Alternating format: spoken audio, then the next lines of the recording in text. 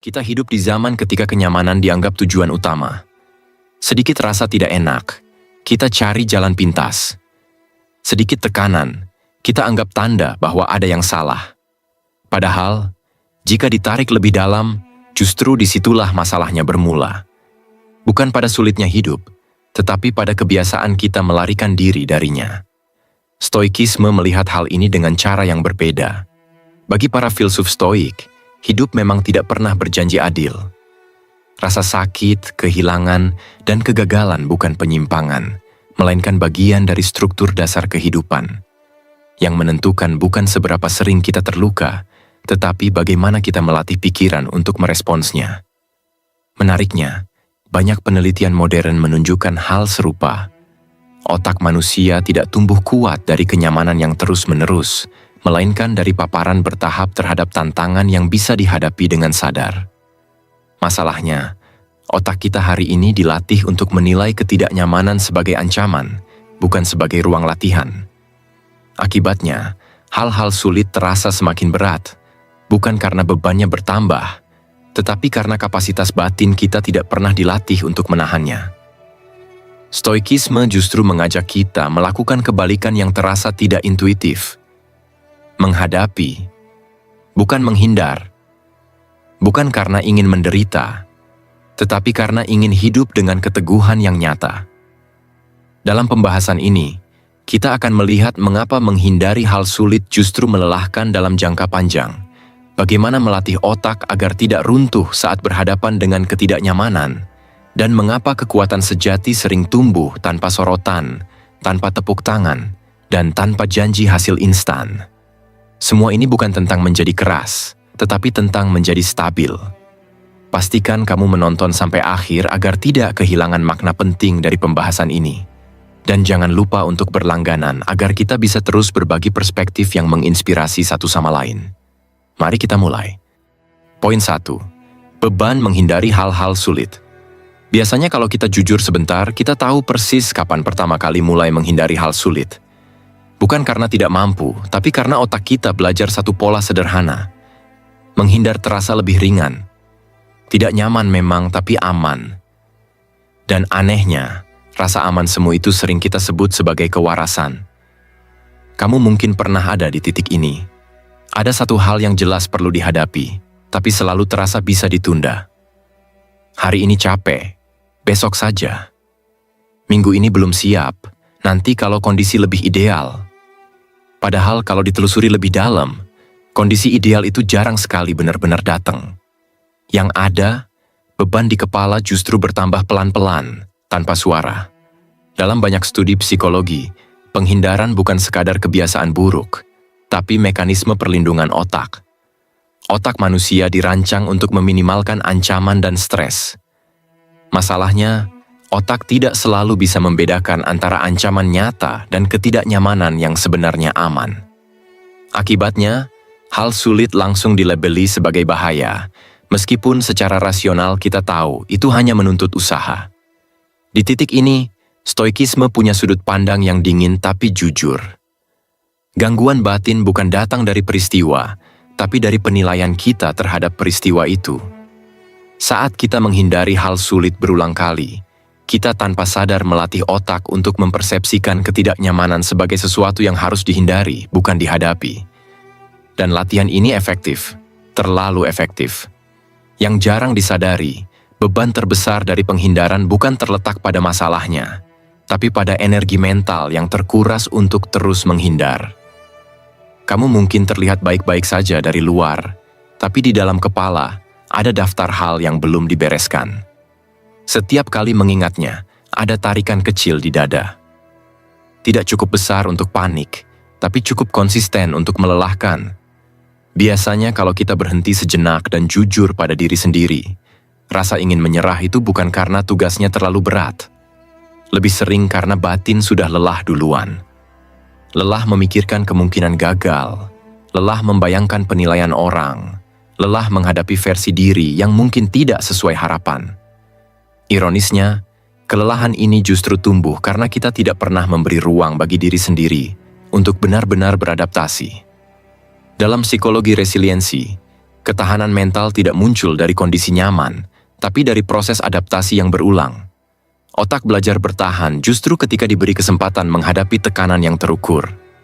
Saat kesempatan itu selalu ditarik kembali lewat penghindaran, struktur mental untuk bertahan tidak pernah benar-benar terbentuk. Yang ada, toleransi terhadap ketidaknyamanan makin menipis. Coba perhatikan momen-momen kecil. Menghindari satu percakapan sulit, menunda satu keputusan penting, mengabaikan satu tanggung jawab yang tidak menyenangkan. Masing-masing terlihat sepele, tapi akumulasinya membentuk satu pesan sunyi ke dalam diri. Aku tidak sanggup. Bukan karena faktanya begitu, tapi karena otak tidak pernah diberi bukti sebaliknya. Stoik kuno menyebut ini sebagai hidup yang dikendalikan oleh penilaian keliru. Kita bereaksi seolah kenyamanan adalah hak, bukan bonus. Padahal hidup tidak pernah menjanjikan ringan. Yang bisa dilatih hanyalah cara kita berdiri di tengah beratnya. Mungkin di sini kamu mulai bertanya pelan-pelan. Apakah selama ini kamu benar-benar melindungi diri? Atau justru menunda rasa tidak nyaman yang akan datang dengan bunga lebih besar? Apakah beban yang kamu rasakan sekarang murni berasal dari masalah atau dari upaya panjang untuk menghindarinya? Tidak ada jawaban instan. Tapi satu hal cukup jelas. Menghindari hal sulit memang terasa aman di awal, tapi harganya dibayar perlahan. Dan seringkali, kita baru sadar ketika beban itu sudah terlalu familiar untuk diabaikan. Poin kedua, mengapa hal-hal sulit terasa sulit? Kalau kita lanjut sedikit dari beban menghindari hal sulit, ada satu pertanyaan yang jarang kita tanyakan dengan jujur. Kenapa sebenarnya hal-hal itu terasa begitu berat, bahkan sebelum benar-benar dijalani?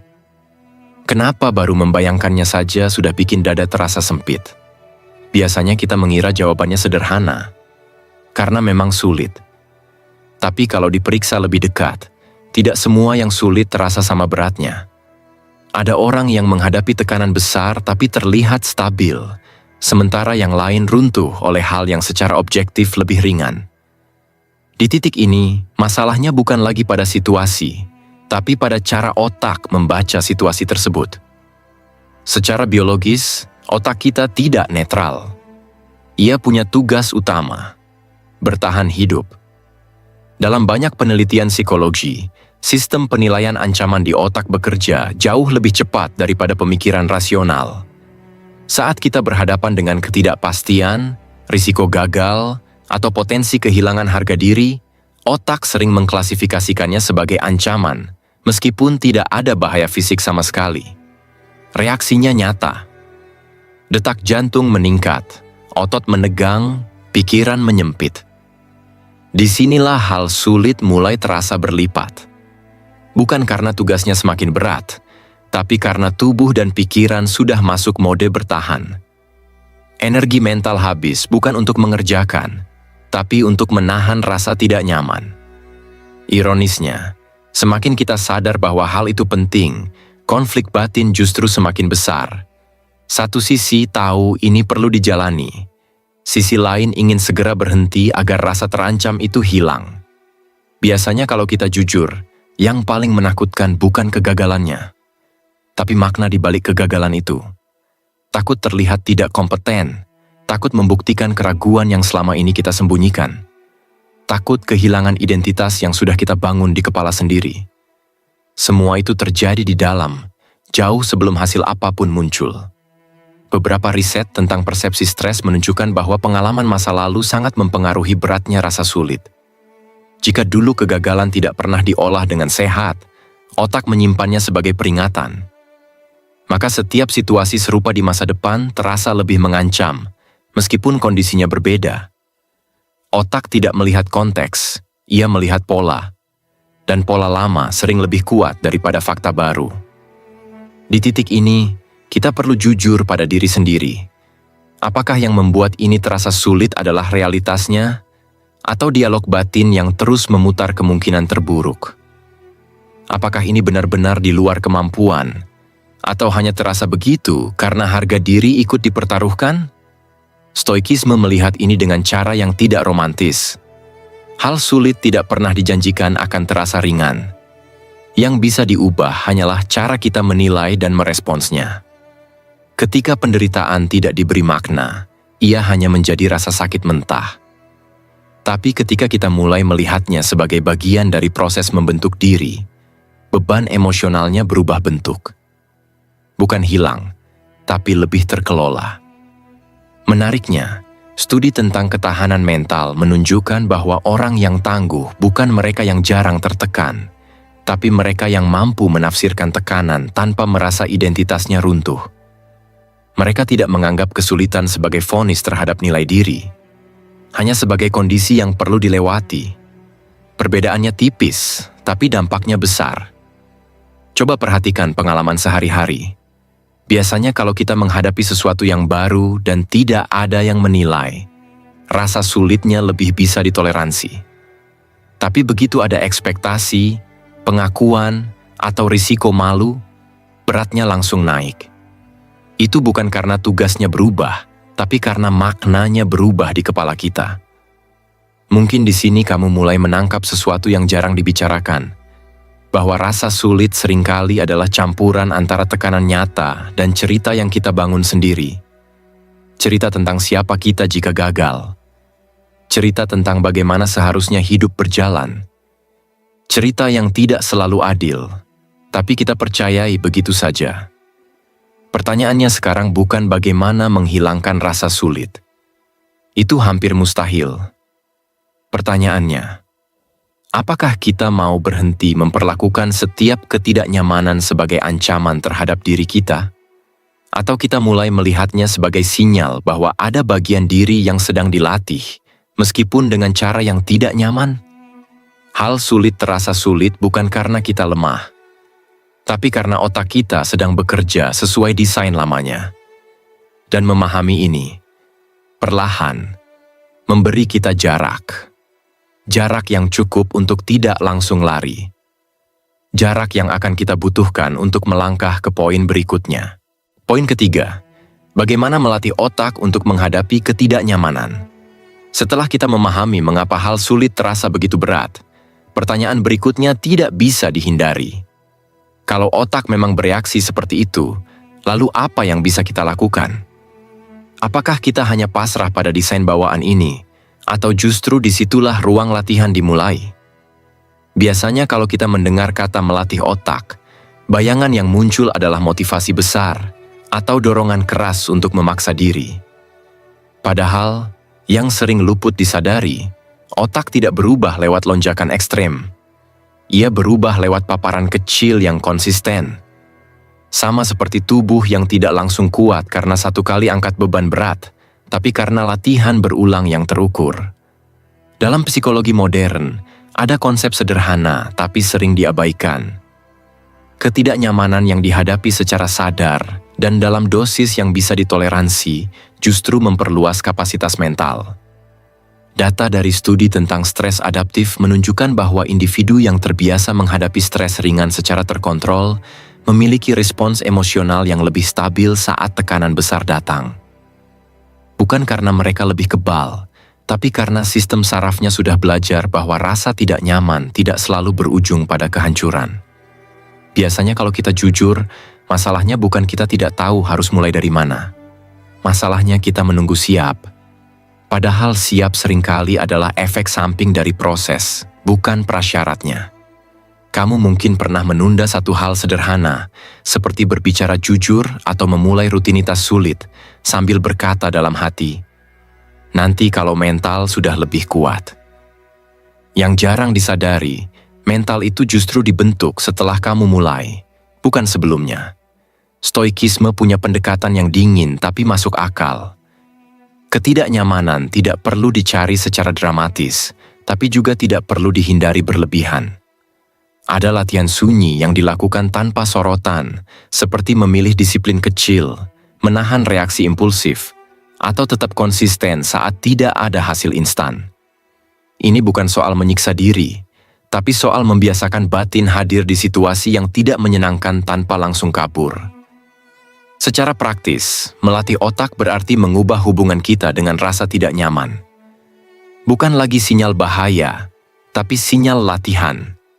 Misalnya, saat rasa malas muncul, bukan dilawan dengan kemarahan, tapi diamati. Saat cemas datang, bukan ditelan mentah-mentah, tapi diberi jarak. Penelitian menunjukkan bahwa kemampuan memberi jarak kognitif terhadap emosi menurunkan intensitas stres hingga signifikan, karena otak tidak lagi bereaksi otomatis. Di sini sering muncul konflik batin. Ada suara yang bilang, ini perlu untuk berkembang. Ada juga suara lain yang lelah dan ingin kembali ke zona aman. Dan itu manusiawi. Latihan bukan tentang membungkam suara kedua, tapi tentang tidak membiarkannya mengambil alih kemudi. Kamu tetap melangkah, meski dengan ragu, meski pelan. Contohnya sederhana dan sering kita alami. Biasanya kalau kita mulai rutinitas baru, beberapa hari pertama terasa berat, bahkan absurd. Otak protes karena pola lama diganggu. Tapi setelah beberapa minggu, rasa berat itu berkurang. Bukan karena rutinitasnya berubah, tapi karena otak sudah belajar pola baru. Ini bukti nyata bahwa ketidaknyamanan bisa dilatih, bukan ditunggu hilang.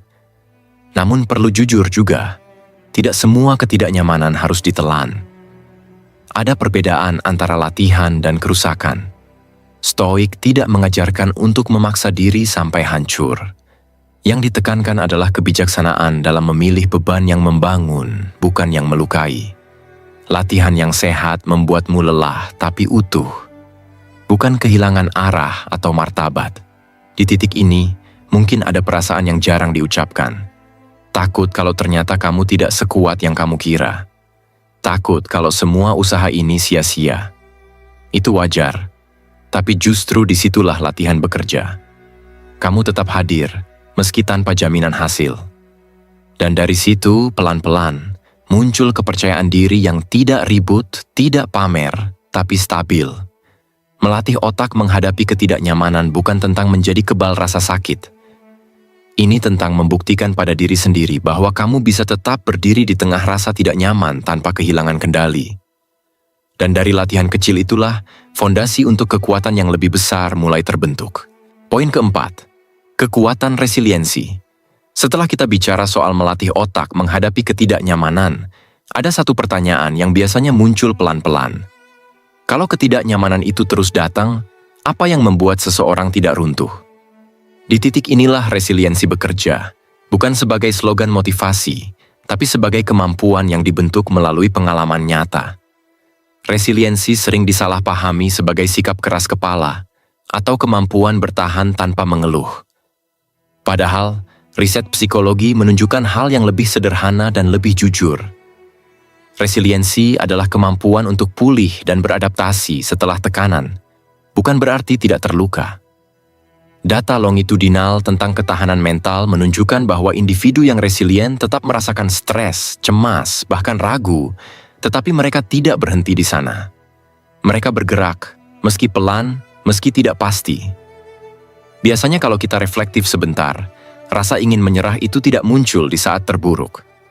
Ia muncul setelahnya. Saat tubuh sudah lelah, emosi belum pulih, dan hasil belum terlihat. Di momen itu, resiliensi bukan soal keberanian besar, tapi keputusan kecil untuk tidak menyerah hari ini. Besok bisa dipikirkan nanti. Dalam banyak studi tentang adaptasi psikologis, ditemukan bahwa orang yang mampu bangkit berulang kali, bukan karena mereka optimis berlebihan, tetapi karena mereka realistis. Mereka menerima bahwa hidup memang membawa tekanan. Bukan untuk diuji, bukan untuk menghukum, tapi karena itulah sifatnya. Ketika tekanan diperlakukan sebagai bagian dari hidup, bukan penyimpangan, beban emosionalnya berubah. Tidak ringan, tapi lebih bisa ditanggung. Stoikisme menempatkan resiliensi di ranah yang sangat spesifik. Bukan pada hasil, bukan pada kondisi, tapi pada sikap batin. Ketika sesuatu tidak bisa diubah, fokus diarahkan pada bagaimana kita meresponsnya. Ini bukan pasrah, ini disiplin batin. Dan disiplin seperti ini terbukti, secara psikologis, meningkatkan rasa kontrol internal, faktor yang sangat kuat dalam menjaga stabilitas mental. Biasanya kalau kita lihat orang yang tangguh, ada kesan tenang yang tidak dibuat-buat. Mereka tidak tergesa menjelaskan penderitaannya. tidak sibuk membuktikan kekuatannya. Itu bukan karena hidup mereka lebih mudah, tapi karena mereka sudah berdamai dengan kenyataan bahwa sebagian hal memang harus dilalui tanpa jaminan. Resiliensi membuat seseorang tidak terguncang oleh naik turun emosi sesaat, karena pusat kendalinya ada di dalam. Contoh yang sering kita temui sederhana. Biasanya kalau kita gagal di satu fase hidup, ada dorongan untuk mendefinisikan diri berdasarkan kegagalan itu. Resiliensi bekerja sebaliknya. Ia memisahkan peristiwa dari identitas. Kamu gagal, tapi kamu bukan kegagalan. Pemisahan ini penting.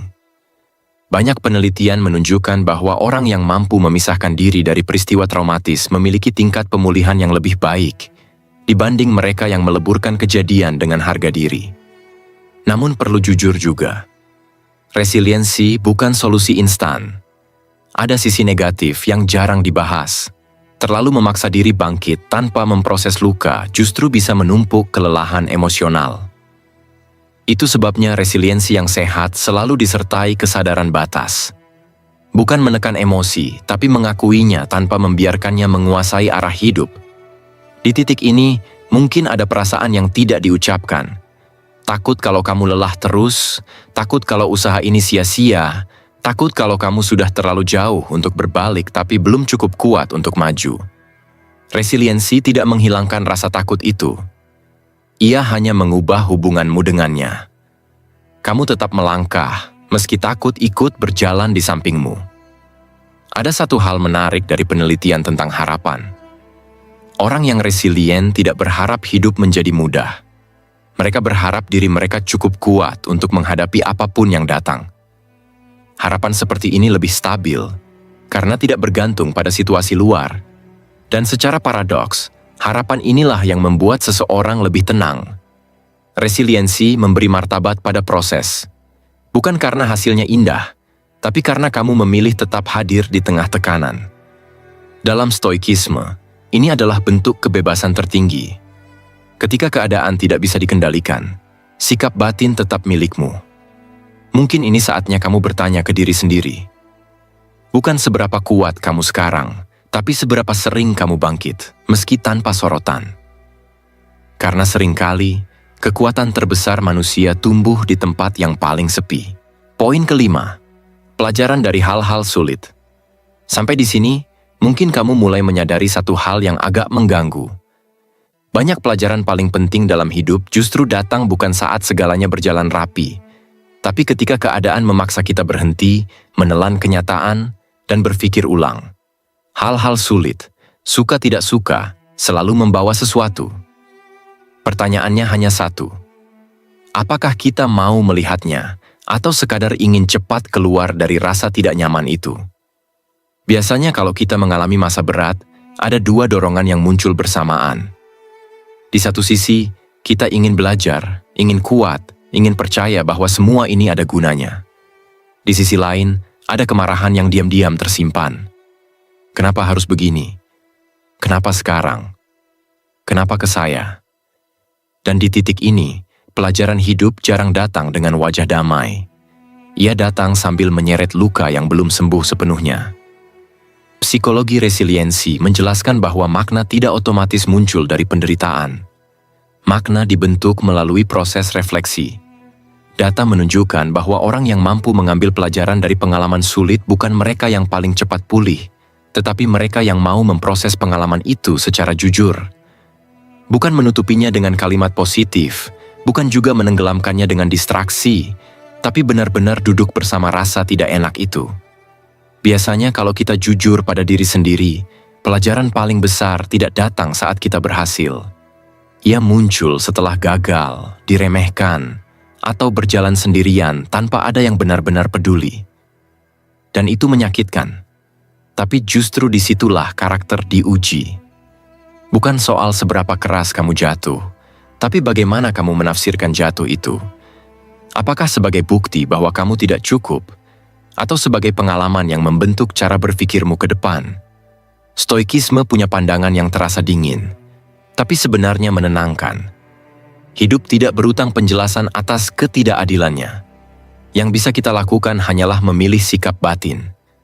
Pelajaran dari hal sulit bukan tentang membuat masa lalu terlihat indah, tapi tentang tidak membiarkan masa lalu mengendalikan cara kita hidup hari ini.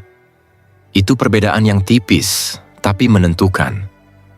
Banyak penelitian menunjukkan bahwa orang yang belajar dari kegagalan mengembangkan self-efficacy, keyakinan bahwa mereka mampu menghadapi tantangan berikutnya, meskipun hasilnya belum tentu baik. Ini berbeda dari kepercayaan diri yang bergantung pada pujian. Kepercayaan diri jenis ini lebih tenang, tidak defensif, tidak reaktif, karena ia tahu nilai diri tidak runtuh hanya karena satu fase hidup tidak berjalan sesuai rencana. Contohnya sering dekat dengan kita. Biasanya kalau kita pernah gagal di satu bidang, ada dua kemungkinan. Kita jadi menghindar selamanya, atau kita jadi lebih peka, lebih hati-hati dalam menilai diri, lebih realistis dalam menetapkan harapan, dan lebih menghargai proses. Pelajaran tidak selalu membuat hidup lebih mudah, tapi sering membuat kita lebih dewasa dalam menjalaninya. Namun perlu disampaikan juga secara jujur. Belajar dari kesulitan tidak selalu terasa menenangkan. Kadang kamu sudah tahu pelajarannya, tapi emosinya belum selesai, dan itu tidak membuatmu gagal belajar. Dalam psikologi, penerimaan dan penyembuhan bukan proses yang linier. Kamu bisa memahami maknanya hari ini, lalu kembali marah besok. Itu manusiawi. Pelajaran tetap bekerja di latar belakang, meski perasaan belum sepenuhnya rapi. Hal-hal sulit juga mengajarkan batas. Kapan bertahan adalah kebijaksanaan, kapan berhenti adalah keberanian. Ini bukan sesuatu yang bisa dipelajari dari buku atau nasihat cepat. Ini terbentuk dari pengalaman langsung, dari pola yang berulang, dari kesalahan yang sama yang akhirnya membuatmu berkata dalam hati, "Cukup, kita perlu cara lain." Ada satu hal yang sering luput dibicarakan. Pelajaran dari hal sulit membuat kita lebih rendah hati. Bukan karena kita lemah, tapi karena kita sadar hidup tidak selalu bisa dikendalikan. Dan anehnya, di situ justru muncul martabat. Martabat dari seseorang yang tidak lagi menggantungkan harga dirinya pada hasil, tapi pada cara ia merespons hidup. Mungkin sekarang kamu bisa bertanya ke diri sendiri, tanpa perlu menjawab keras-keras. Dari semua hal sulit yang pernah kamu alami, mana yang paling mengubah cara berpikirmu? Bukan membuatmu lebih keras, tapi lebih jernih, lebih tenang. Lebih sadar bahwa hidup tidak perlu selalu adil untuk tetap dijalani dengan utuh. Pelajaran dari hal-hal sulit jarang terasa manis, tapi seringkali merekalah yang membentuk fondasi paling kokoh dalam diri manusia. Poin ke-6. Contoh nyata. Belajar dari mereka yang tangguh. Sampai di titik ini, pembahasan tentang hal sulit bisa terasa teoritis. Maka wajar kalau muncul pertanyaan yang lebih tajam. Apakah semua ini benar-benar bekerja di dunia nyata, atau hanya rapi di atas kertas? Jawabannya seringkali tidak datang dari teori, tapi dari orang-orang yang pernah berada di batas paling rapuh, lalu tetap berjalan. Jika kita perhatikan kisah orang-orang tangguh, satu pola muncul berulang. Mereka tidak tiba-tiba menemukan makna besar. Yang berubah justru cara bertanya. Bukan lagi kenapa hidup begini, tapi bagaimana saya melewati hari ini tanpa runtuh. Perubahan fokus ini kecil, hampir tidak heroik, tapi dampaknya besar. Banyak penelitian tentang resiliensi menunjukkan bahwa pergeseran fokus dari sebab ke respon meningkatkan kemampuan adaptasi secara signifikan, karena energi mental tidak lagi habis untuk melawan realitas. Biasanya kalau kita mendengar kisah ketangguhan, yang ditampilkan adalah hasil akhirnya. Tapi di balik itu ada konflik batin yang jarang dibicarakan. Ada rasa ingin berhenti, rasa malu karena gagal, dan ketakutan bahwa semua usaha ini sia-sia. Orang-orang tangguh tidak kebal terhadap itu. Bedanya, mereka belajar mengelola rasa takut agar tidak mengambil alih keputusan. Dalam psikologi, ini terlihat dari kemampuan regulasi emosi. Data menunjukkan bahwa individu yang mampu mengenali emosinya tanpa langsung bereaksi memiliki ketahanan mental lebih tinggi dibanding mereka yang mencoba menekan atau menyangkal perasaannya. Banyak sosok tangguh justru sangat sadar akan ketakutannya, tapi mereka tidak menjadikannya kompas utama. Contoh yang sering kita temui dekat dengan kehidupan sehari-hari. Biasanya kalau seseorang berkali-kali gagal, lingkungan mulai kehilangan minat, dukungan berkurang, pujian menghilang. Di fase ini, banyak orang berhenti bukan karena tidak mampu, tapi karena merasa sendirian. Mereka yang tangguh tetap melanjutkan langkah kecil, bukan karena yakin akan berhasil, tapi karena memilih untuk tidak menyerah pada hari itu. Keputusan sunyi inilah yang jarang terlihat. Bangun pagi meski tidak ada semangat, mengulang rutinitas meski hasilnya nol, menahan ego untuk tidak menyalahkan keadaan. Dalam banyak studi resiliensi, keputusan-keputusan kecil dan konsisten ini justru berkorelasi lebih kuat dengan ketahanan jangka panjang dibanding lonjakan motivasi sesaat.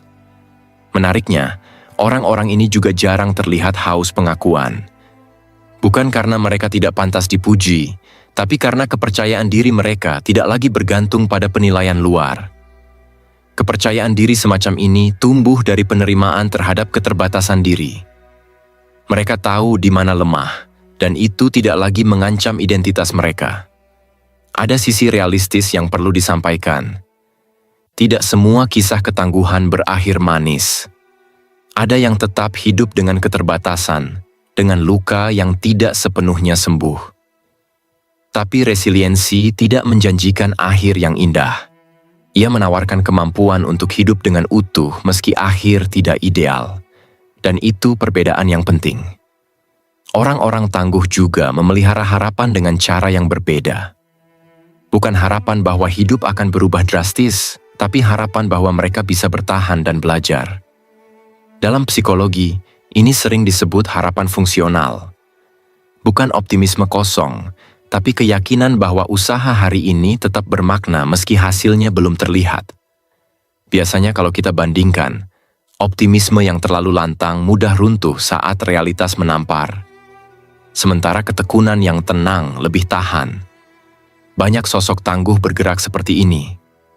Tidak banyak bicara, tidak banyak pamer, tapi konsisten. Dan konsistensi inilah yang perlahan membentuk wibawa. Stoikisme melihat ini sebagai kebebasan batin.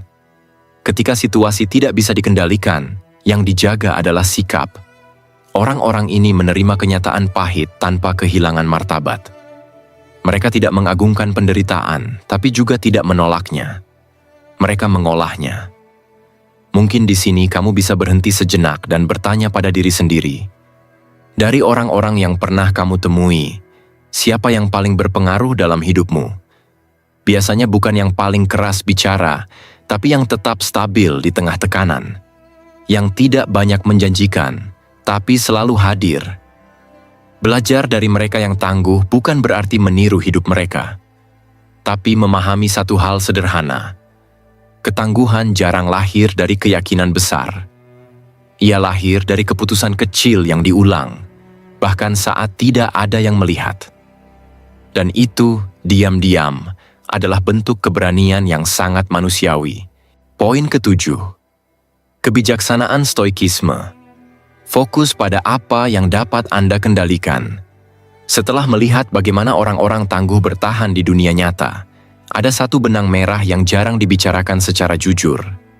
Mereka berhenti menghabiskan energi untuk mengutuk keadaan dan mulai merawat sesuatu yang lebih sunyi. Cara mereka merespons hidup. Disinilah kebijaksanaan stoikisme terasa paling relevan, bukan sebagai teori kuno, tapi sebagai alat bertahan yang sangat praktis. Biasanya kalau kita berada di situasi sulit, pikiran kita sibuk pada hal-hal yang tidak bisa kita atur. Keputusan orang lain, hasil yang tidak sesuai rencana, masa lalu yang sudah terlanjur terjadi. Dan anehnya, semakin kita mencoba mengendalikan semua itu, semakin cepat energi kita habis. Bukan karena kita kurang kuat, tapi karena fokusnya keliru. Stoikisme memotong masalah ini dengan tegas. Ada hal-hal yang berada di dalam kendali kita, dan ada yang tidak. Pikiran, penilaian, sikap, dan tindakan kita termasuk yang pertama. Hasil, opini orang, dan kejadian tak terduga termasuk yang kedua. Ketika dua wilayah ini tercampur, penderitaan mental meningkat tajam.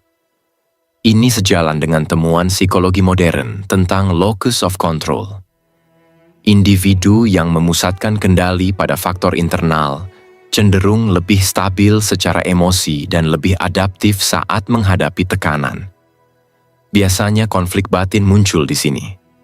Ada bagian dalam diri yang berkata, "Kalau aku tidak bisa mengubah keadaan, apa gunanya berusaha?" Di sisi lain, ada dorongan untuk terus menuntut keadilan dari hidup. Stoikisme tidak menyangkal emosi ini. Ia hanya menempatkannya pada posisi yang tepat. Fokus pada kendali diri bukan berarti menekan emosi atau menyerah pada nasib, tapi berhenti memukul tembok yang tidak bisa runtuh. Secara realistis, ini tidak mudah. Mengalihkan perhatian dari hasil ke sikap batin terasa seperti kehilangan pegangan. Banyak orang takut kalau menerima hal yang tidak bisa dikendalikan berarti berhenti peduli. Padahal justru sebaliknya, ketika kamu berhenti menghabiskan energi pada hal di luar kendali, kamu punya lebih banyak ruang untuk bertindak dengan jernih pada hal yang masih bisa kamu lakukan. Contohnya sederhana dan sering terjadi. Biasanya kalau kita sudah berusaha maksimal tapi hasilnya tetap buruk, rasa frustrasi muncul bukan karena usaha itu sia-sia, tapi karena kita menautkan harga diri pada hasil. Stoikisme memutus tautan itu. Nilai dirimu tidak diukur dari apa yang terjadi, tapi dari bagaimana kamu bertindak di tengah ketidakpastian. Dalam praktik stoik klasik, tokoh-tokohnya memilih langkah-langkah sunyi, menulis refleksi harian, membayangkan kehilangan untuk melatih kesiapan batin, mengamati reaksi emosi sebelum bertindak. Praktik ini terbukti relevan dengan pendekatan psikologi modern seperti self-regulation dan emotional reappraisal, yang secara statistik menurunkan tingkat stres kronis dan reaktivitas emosional. Ada sisi kontra yang perlu diakui. Fokus berlebihan pada kendali diri bisa disalahpahami sebagai sikap dingin atau tidak peduli.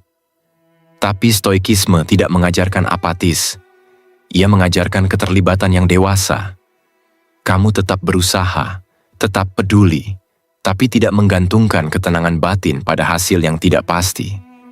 Biasanya orang yang menjalani prinsip ini terlihat berbeda. Mereka tidak mudah terpancing, tidak tergesa membela diri, tidak sibuk membuktikan apapun. Wibawa mereka bukan datang dari posisi atau suara keras, tapi dari konsistensi sikap. Dan ini bukan kebetulan. Penelitian menunjukkan bahwa individu dengan kontrol emosi yang baik lebih dipercaya dan lebih berpengaruh secara sosial, meskipun mereka tidak dominan. Ada juga perubahan halus pada harapan. Harapan tidak lagi berbentuk tuntutan bahwa hidup harus berjalan sesuai rencana. Ia berubah menjadi kesiapan untuk menghadapi apapun hasilnya. Ini bukan pesimisme, ini kedewasaan.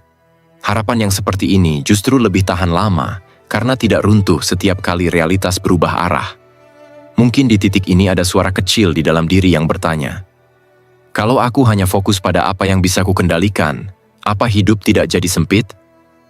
Pertanyaan yang wajar, tapi justru di sanalah kebebasan muncul. Ketika kamu berhenti mengurusi hal-hal yang bukan wilayahmu, ruang batin terasa lebih lapang, lebih tenang, lebih jujur. Stoikisme pada akhirnya bukan soal menaklukkan dunia, tapi menjaga martabat di dalamnya. Menjadi manusia yang sadar bahwa kendali kita terbatas, tapi tanggung jawab atas sikap batin sepenuhnya milik kita. Dan dari kesadaran itulah, ketenangan yang tidak rapuh mulai tumbuh. Poin ke-8, langkah awal, melatih ulang otak Anda. Setelah memahami batas kendali dan kebijaksanaan untuk tidak menghabiskan energi di tempat yang salah, pertanyaan berikutnya jadi lebih konkret. Kalau semua ini bukan sekadar ide, dari mana memulainya? Di titik inilah banyak orang tersandung. Bukan karena konsepnya sulit, tapi karena langkah awalnya terasa kecil, sunyi, dan tidak memberi sensasi perubahan instan. Biasanya kalau kita ingin berubah, kita menunggu momen yang terasa besar. Hari yang tepat, mental yang siap, kondisi yang mendukung. Padahal riset tentang perubahan perilaku menunjukkan sesuatu yang kurang glamor. Otak tidak berubah karena niat besar, tapi karena pengulangan kecil yang konsisten. Perubahan mental bekerja lewat mekanisme sederhana bernama neuroplasticity. Jalur pikir baru terbentuk bukan karena satu keputusan dramatis, tapi karena pola respon yang diulang berkali-kali. Langkah awal melatih ulang otak bukan tentang menghilangkan penderitaan, tapi mengubah cara kita hadir di dalamnya. Dalam psikologi stres, ada konsep window of tolerance. Ini adalah rentang di mana kita masih bisa berpikir jernih saat tertekan. Latihan mental bertujuan memperlebar rentang ini. Bukan agar hidup bebas masalah, tapi agar saat masalah datang, kita tidak langsung tenggelam. Biasanya konflik pertama muncul di sini. Ada niat untuk berubah, tapi kebiasaan lama terasa lebih nyaman. Otak menyukai yang familiar, meski menyakitkan. Itu sebabnya menunda terasa logis, bahkan rasional. Nanti saja saat lebih siap. Padahal kesiapan seringkali muncul setelah kita bertindak, bukan sebelumnya. Ini bukan soal memaksa diri, tapi soal memberi tubuh dan pikiran bukti kecil bahwa ketidaknyamanan bisa ditoleransi. Langkah awal yang realistis seringkali sangat sederhana. Memberi jeda sebelum bereaksi. Mengamati emosi tanpa langsung mempercayainya. Menanyakan satu pertanyaan kecil. Apa yang benar-benar bisa aku kendalikan saat ini? Praktik seperti ini, menurut penelitian regulasi emosi, secara signifikan menurunkan impuls reaktif dan meningkatkan kemampuan mengambil keputusan rasional. Stoikisme sejak lama mengajarkan latihan serupa. Refleksi harian. Mempersiapkan diri terhadap kemungkinan buruk, bukan untuk menakut-nakuti diri, tapi agar saat hal sulit terjadi, otak tidak panik.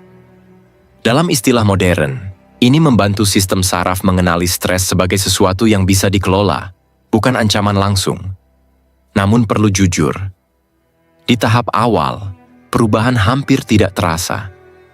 Bahkan sering terasa membosankan. Tidak ada pujian, tidak ada hasil cepat. Banyak orang berhenti di sini, bukan karena latihan itu salah, tapi karena ekspektasinya keliru. Mereka menunggu perubahan yang terlihat, padahal perubahan paling penting terjadi di dalam, diam-diam. Contohnya sering kita alami. Biasanya kalau kita mulai mengubah cara merespons masalah, dunia di luar tetap sama. Orang tetap mengecewakan. Situasi tetap tidak ideal, tapi ada perbedaan kecil di dalam. Kamu tidak langsung tersulut, kamu lebih cepat kembali tenang. Ini mungkin terlihat sepele, tapi penelitian menunjukkan bahwa perubahan kecil dalam regulasi emosi berdampak besar pada ketahanan jangka panjang. Ada juga momen gagal yang perlu dibicarakan. Kamu berniat tenang, tapi tetap terpancing. Kamu ingin reflektif, tapi kembali ke pola lama.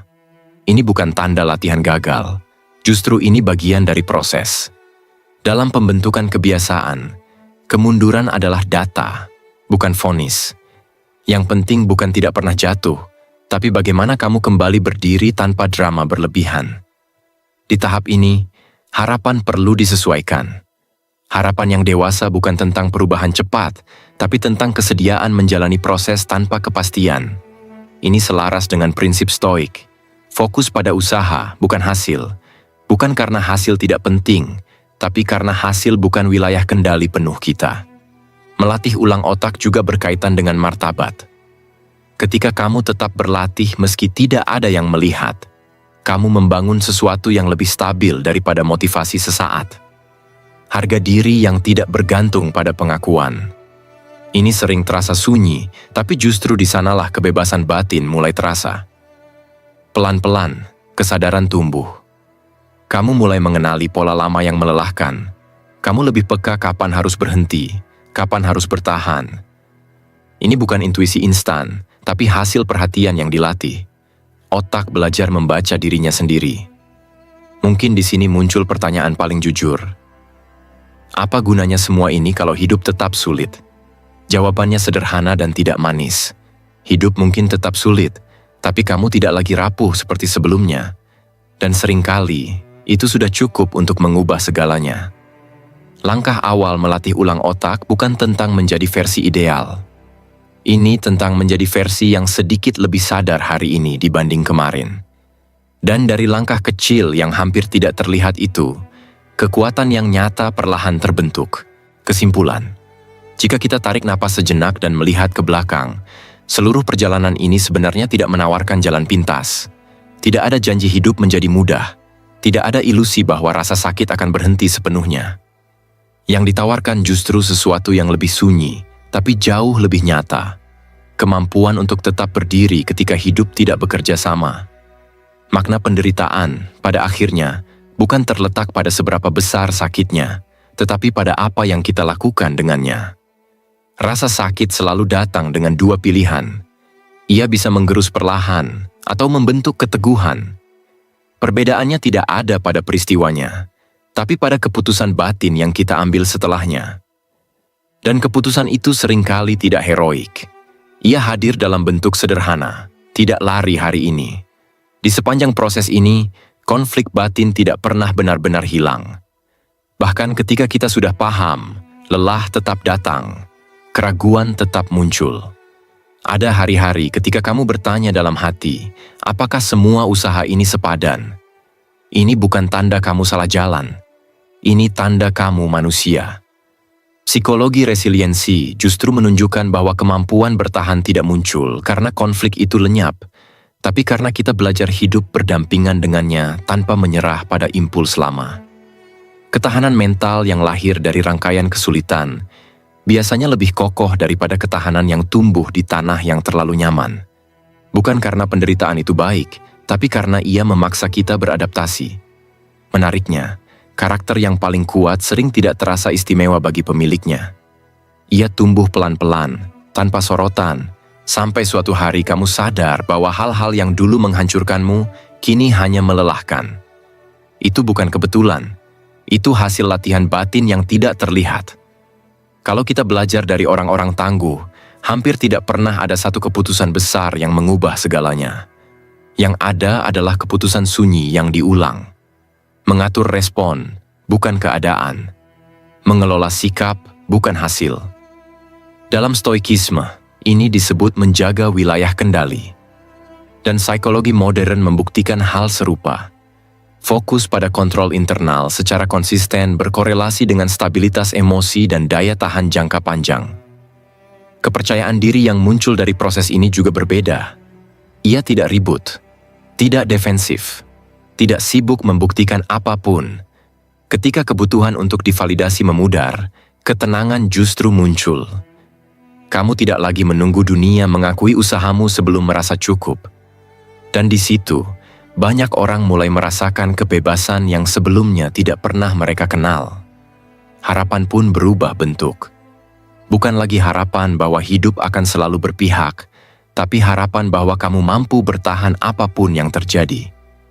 Ini bukan pesimisme. Ini harapan yang dewasa. Harapan yang tidak runtuh setiap kali rencana gagal. Harapan yang berakar pada kesiapan batin, bukan janji hasil. Martabat manusia pada akhirnya tidak diukur dari seberapa banyak situasi yang bisa dikendalikan, tapi dari sikap batin saat kendali itu terbatas. Hidup bisa tetap keras meski kamu sudah berusaha. Dan di titik itulah, pilihan sikap menjadi penentu kualitas hidup. Stoikisme tidak mengajak kita menyangkal rasa sakit, tapi menolak membiarkannya mengendalikan arah hidup. Dari semua ini, ada satu kekuatan yang jarang terlihat tapi sangat menentukan. Disiplin batin, perhatian, keheningan sebelum bereaksi. Kekuatan-kekuatan ini tidak mencolok, tapi justru di sanalah keputusan besar dibuat. Bukan saat emosi memuncak, tapi saat kamu cukup tenang untuk memilih dengan sadar. Kebijaksanaan yang lahir dari perjalanan panjang seperti ini jarang terdengar lantang. Ia tidak memaksa orang lain percaya, tapi kehadirannya terasa, stabil, menenangkan. Dan itu bukan karena orang ini tidak pernah jatuh, tapi karena ia tahu bagaimana bangkit tanpa drama berlebihan. Mungkin sekarang pertanyaan akhirnya kembali ke kamu. Bukan apakah hidup akan menjadi lebih mudah setelah ini, tapi apakah kamu bersedia menjadi sedikit lebih sadar saat hidup tetap sulit? Apakah kamu bersedia memilih sikap batin yang jujur, meski tidak selalu nyaman? Karena pada akhirnya, bertahan, jatuh, belajar, dan tumbuh perlahan adalah inti dari pengalaman manusia. Tidak selalu indah, tidak selalu adil, tapi cukup untuk membuatmu bangga, bukan karena kamu menang, melainkan karena kamu tidak lari.